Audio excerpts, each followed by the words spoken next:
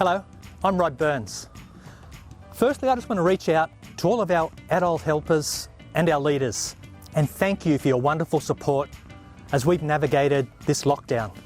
Virtual programs have been fantastic, and now I need to challenge you to get your head around being face-to-face again with our youth members. They're champing at the bit to get back to their program.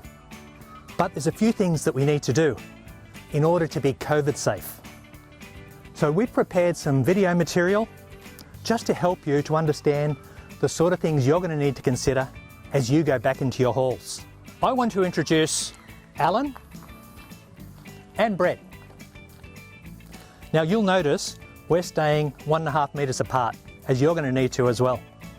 We're going to walk you through some of the things that you're going to need to do to make sure that your hall is COVID safe and ready for youth members to start their program again in a face-to-face capacity. Let's go. So some of the important things to remember is having the right tools, so your cloth and your disinfectant to get everything of your high touch points.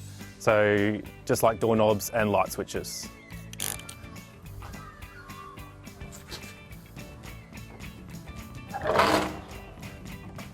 When you come through the hall, don't overcomplicate touch points. What we're looking for is anywhere you would normally put your hand to enter a door or a light switch, you just want to spray a bit of disinfectant, wipe it down and just leave it for the period of time. When you're coming into the small rooms like this, like the bathrooms and things, when you're doing your touch point cleaning, just remember that there are limitations within a small space. So a room of this size is probably no bigger than 10 square metres, so going by the rules, this would allow 2 people in here at any given time.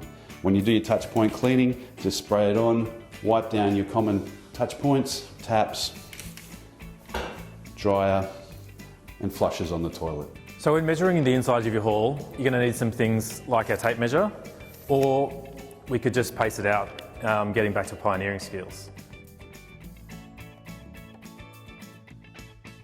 So in calculating the size of your hall, we've got 8 metres wide by 20 metres long equals the 160 metres squared. Divide that by 4 for 1 person per 4 square metres, allows you to have 40 people in this hall, in this space, at any one time.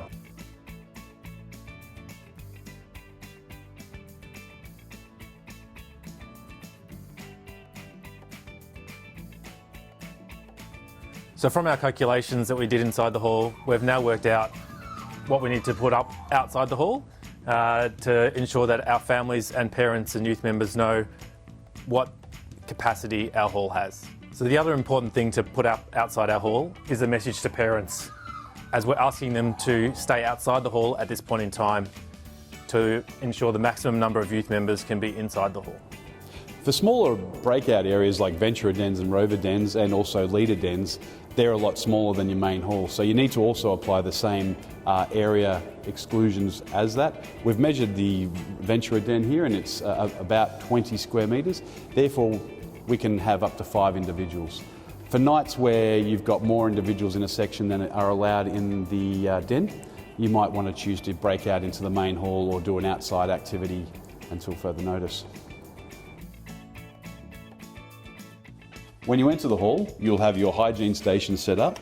Now you'll have a dedicated leader to take the names of all the attendees on each section night. Record those, just so you know who's been in the hall. At your hygiene station, you'll also have your Scout endorsed hand sanitizer, which you can available through the Q store or also from chemists and the supermarket.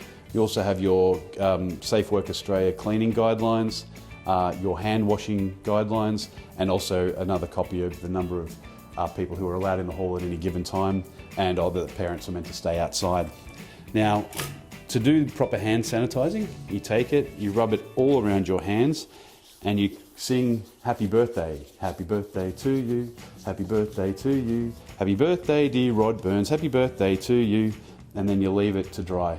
And that is proper hand sanitisation. So for ceremonies, when we're on parade, just remember, keep the distance. So we might be on parade Alan, you don't have to be that far away. 1.5 metres is fine, thank you. So I hope these have helped you, and I want to thank my assistants, Alan, Brett, thank you very much for your assistance. This is just designed to help you get your head around getting back into your halls. Keep it simple. I'm sure your youth members will help you to understand what you need to do. But don't forget, we've got a whole bunch of resources available to you. Check out the links, download them on the website, and good luck and thank you for getting back into your halls. So when you're doing your own hall, don't overthink it. You don't need to be the Scouts Biological Response Unit. Keep it simple. We've tried to make it easy for you to understand the basics you need to get your hall COVID safe. You don't need to go over the top. But hey, if you want to have fun, that's okay too.